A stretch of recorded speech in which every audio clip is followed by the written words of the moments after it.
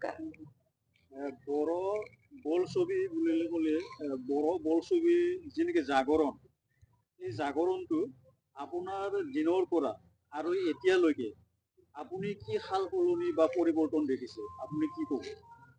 আমি যেতিয়া এই ফিল্মৰ কাম আৰম্ভ কৰিছিলোঁ, এতিয়া 1993তে আমি ফিল্মৰ কাম আৰম্ভ কৰিছিলোঁ আৰু সেইখিনি সময়ত বহুত চালকীয়া হৈ আছে আমাৰ বড়ো ফিল্মৰ। অকল বড়ো ফিল্ম বুলিয়ে নহয়, ফিল্ম এছ'চিয়েশ্যন অসমৰ গোটেইবিলাকে মানে চালুকীয়া অৱস্থাতে আছিলে। কিন্তু সেইবুলি আমি মানে অলপ চেষ্টা কৰি কৰি কৰি কৰি আমি যেনেকৈ আৰ্টিষ্টবিলাকক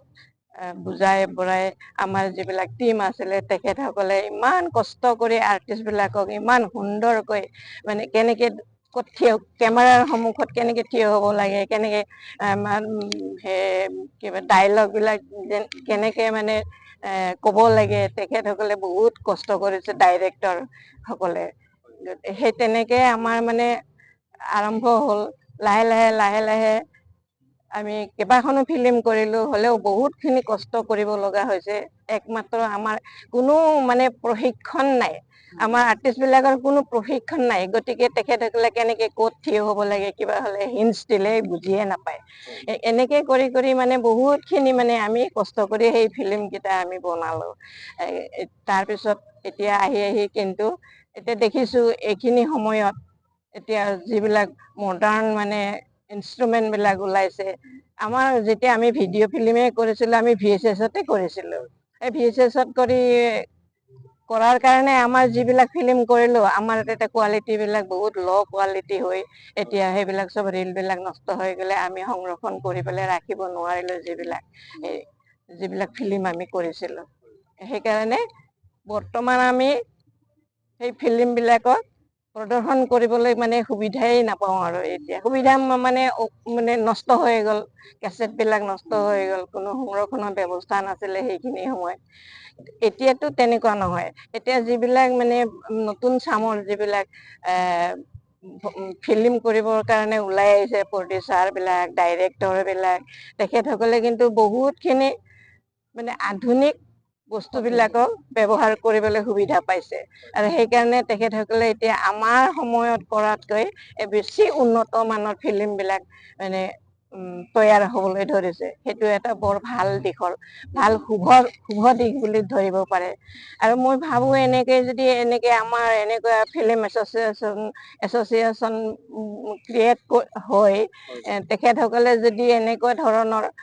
অনুষ্ঠান প্ৰতিষ্ঠানবিলাক পাতে, নিশ্চয় উঠি অহা প্ৰজন্মই অনুপ্ৰেৰণা পাব আৰু এই শিল্পটোৰ প্ৰতি আগ্ৰহ বাঢ়ি তেখেতসকলে আগুৱাই আহিব ভাল ফিল্ম প্ৰস্তুত কৰিবৰ কাৰণে। সেইকাৰণে মই কৈছোঁ অলপ আগতে মিটিঙত,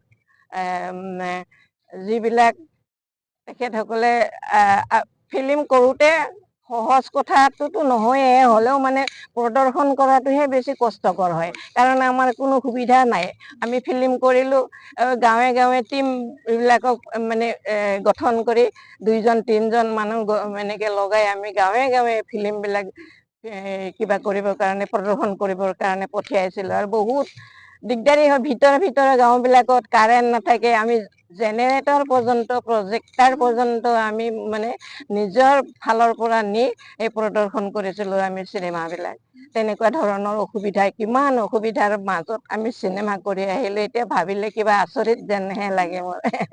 কিন্তু এতিয়া নতুন প্ৰজন্মবিলাকে যিবিলাকে বহুত সুবিধা পাইছে তেখেতসকলে। সেইকাৰণে মই কৈছোঁ, সৰু সৰু যদি জিলা ভিত্তিত কেইটামান এইটো কি কয়, সৰু মিনি চিনেমা হল যদি তৈয়াৰ কৰিব পাৰে, বনাব পাৰে, তেনেকৈ হ'লে গোটেই উঠি অহা নতুন আমাৰ সেই প্ৰডিউচাৰ ডাইৰেক্টৰবিলাকে সুবিধা পাব আৰু তেখেতসকলৰ হাতলৈ পইচা পাতিও তেনেকৈ আহিব। পইচাটোতো ফিৰত পাবই লাগিব, নহ'লে নেক্সট কেনেকৈ ফিল্ম আকৌ এটা বনাবৰ কাৰণে কিমান এটা অসুবিধা হয়। কিন্তু আমাৰ সময়ত সেইখিনি বস্তুটো নাহিছিলে। আমাৰ টিমৰ মানুহবিলাকে মানে তেওঁলোকে পাইৰেচি কৰি পেলাই সেইবিলাক কেছেটবিলাক বিক্ৰী কৰি থৈ আহিছিলে আৰু বহুত মানে ডুপ্লিকেট হৈ গৈছিলে সেইখিনি সময়ত। কিন্তু এতিয়া বহুতখিনি মানে উন্নত হৈছে। বহুতখিনি মানে ভাল ব্যৱস্থা আহিছে গতিকে এই মিনি চিনেমা হলৰ ব্যৱস্থা কৰিলে বহুত উপকাৰ হ'ব গতিকে আৰু আৰু আৰু যদি একাডেমি হেৰি ফিল্ম একাডেমি যদি বনোৱা হয় গতিকে তেতিয়াহ'লে আমাৰ সেই নতুন চামৰ ল'ৰা ছোৱালীবিলাক নিশ্চয় ভালকৈ শিকিব পাৰিব ফিল্ম কি বস্তু কেনেকুৱা বনায় কেনেকুৱা কি হয় নতুনকৈ ভালকৈ শিকি বুজি লৈ তেখেতসকলে উন্নতমানৰ ফিল্ম বনাবৰ কাৰণে পাৰিব ভাল কৰি সেইকাৰণে মই কৈছোঁ আপোনালোকে প্ৰচেষ্টাবিলাক হাতত লওক ল'লে আমাৰ নিজৰ ভিডিঅ' ফিল্ম অকল বড়োসকলৰ ফিল্মবিলাক বনাইহে কিন্তু সাধাৰণ জনতাই চাবলৈ সুবিধা নাপায় চিনেমা হলৰ কাৰণে আচলতে এনেকৈতো আমাৰ ফিল্মবিলাক বা গুৱাহাটী বা ডিব্ৰুগড় কিবা অসমৰ ভিতৰতে ডাঙৰ ডাঙৰ চহৰবিলাকতো কেতিয়াও মানে প্ৰদৰ্শন নহয় কাৰণ ইয়াৰ মাজতে মই আপুনি এটা প্ৰশ্ন কৰিব খুজিছোঁ বৰ্তমান যে আমাৰ বড়ো চিনেমা প্ৰডাকশ্যন হৈ আছে সেই বড়ো চিনেমা প্ৰডাকশ্যন কি কৈছে ভালকৈ সেইটোকেতো মই কৈ আছোঁ যেতিয়া প্ৰস্তুত কৰাতকৈ প্ৰদৰ্শন কৰাৰ ওপৰত বেছি মানে গুৰুত্ব দিব লাগে আচলতে প্ৰদৰ্শন কৰিলেহে ৰাইজে মানে দেখিব আমাৰ বড়োৰ কালচাৰটো কেনেকুৱা কি বহুতেই আমি বড়ো হ'লেও নিজৰ কালচাৰটোৰ কথাই ভালকৈ বুজি নাপাওঁ বহুতেই বুজি নাপায় কিন্তু এইটো কৰিলে যদিহে মিনি চিনেমা হলবিলাক কৰে বা এই যে কিবা একাডেমিবিলাক প্ৰস্তুত কৰে নিৰ্মাণ কৰে তেতিয়াহ'লে এই উঠি অহা ল'ৰা ছোৱালীবিলাকেতো ভালকৈ বুজিব শিকিব কেনেকুৱা কি কৰিব লাগে তেখেতসকলে এটা বস্তু সদায় বনাবলৈ কাৰণে বা উদ্যোগ এটা গঢ়িবৰ কাৰণে আচলতে প্ৰশিক্ষণ লাগে সকলোকে প্ৰশিক্ষণ নহ'লে কোনো এটা ভাল বস্তু তৈয়াৰ হ'ব নোৱাৰে কেতিয়াও নোৱাৰে গতিকে এই বড়ো ভিডিঅ' ফিল্ম বুলিয়ে নহয় তেখেতসকলে বহুত আছে এনেকুৱা ধৰণৰ থিয়েটাৰ বা কিবা ইয়াততো প্ৰশিক্ষণ লাগিব কাৰণ এক্টিং মানে চব এক্টিং আৰু সেইবিলাক কোনো প্ৰশিক্ষণ নোহোৱাকৈ ষ্টেজত উঠিলে বা কেমেৰাৰ সন্মুখত আহিলে আমি কেতিয়াও তাৰ পৰা ভাল ফলাফল আশা কৰিব নোৱাৰোঁ গতিকে এইটো মানে কৰিবৰ কাৰণে মই আজি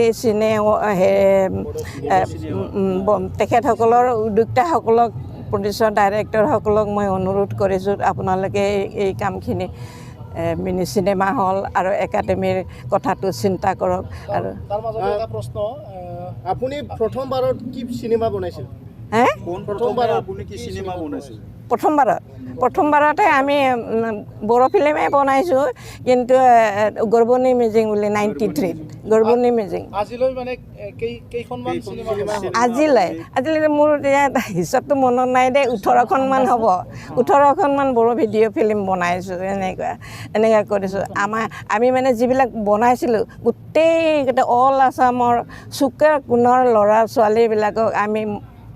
আমি মাতিব যোৱা নাই তেখেতসকলক এটা প্ৰচাৰ কৰিছিলোঁ তেখেতসকলে নিজে নিজে আহি আমাৰ ওচৰত মানে আমি এক্টিং কৰিবলৈ কাৰণে সুবিধা পাম নে নাপাম নে ইমান আগ্ৰহী নহয় সঁচাকৈ আমাৰ বড়ো ল'ৰা ছোৱালীবিলাকে যি কিবা ক'লে মানে খুব ভালকৈ কথাবিলাক শুনিলে আৰু আমিতো আমাৰ নিজৰ ঘৰতে প্ৰডাকশ্যন চেণ্টাৰটো খুলিছিলোঁ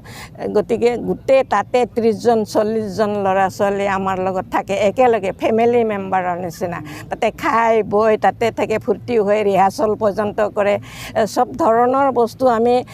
ঘৰতে তৈয়াৰ কৰিছিলোঁ আৰু এনেকুৱা আছিলে ইমান বেলেগ বেলেগ ঠাইৰ পৰা ল'ৰা ছোৱালীবিলাক আহে কোনো এটা তেখেতসকলে বেয়া ব্যৱহাৰ বেয়া কিবা আমি কোনোদিন দেখা নাপালোঁ তেখেতসকলৰ পৰা কোনোবা চৰিত্ৰৰ স্খলনো নহয় একো নহয় ইমান সুন্দৰকৈ এডজাষ্ট কৰি পেলাই থাকে আজিলৈ বহুত বছৰ মানে এনে বহি থকা যেন দেখা পালোঁ মানে চিনেমা জগতৰ পৰা আঁতৰি থকা যেন দেখা পাইছোঁ কাৰণ আগলৈ আকৌ মানে ফিল্ম বনোৱাৰ কিবা না ভাবোঁ কিন্তু এতিয়া আমাৰ বয়স হৈ গ'লগৈ গতিকে এতিয়া মই 74 ইয়াৰ্ছ ৰানিং হৈছে গতিকে ইমান এতিয়া শক্তিও নাই ধৰকচোন বহুত কষ্ট হয় যেনেকৈ আমি খেতি বাতি কৰোঁ নহয় তেনেকুৱা ধৰণৰে একেই কষ্ট হয় ফিল্ম মানে বোলে মানুহে চায়ে খালি আনন্দ পায় সেইখিনি নহয় কিন্তু বনোৱাজনৰ যে কিমান কষ্ট তাত সোমাই থাকে কষ্ট স্বীকাৰ কৰিব লগা হয় আৰু কিমান মানুহবিলাকৰ লগত এডজাষ্ট কৰিব লগা হয় গোটেই চুকে কোণৰ পৰা আনি আমি কোনো মানে স্বনামধন্য শিল্পীবিলাকক আমি লোৱা নাছিলোঁ গায়ক হওক এক্টিং কৰা এক্টৰ এক্ট্ৰেছ হওক চব ভিতৰৰ গায়ক গায়িকাবিলাকো আহি পেলাই আমাৰ লগত ষ্টুডিঅ' কেনেকুৱা ৰেকৰ্ডিং হয় নাজানিছিলে বেচেৰা আমাৰ লগতহে কিছুমানে প্ৰথম দেখিছে ষ্টুডিঅ'ত কেনেকৈ গান ৰেকৰ্ডিং ভালকৈ ৰিহাৰ্চেল ঘৰতে ৰিহাৰ্চেল কৰে আৰু এইটোতো সেইখিনিতো বাদেই আমি ঘৰতে এডিটিং কৰা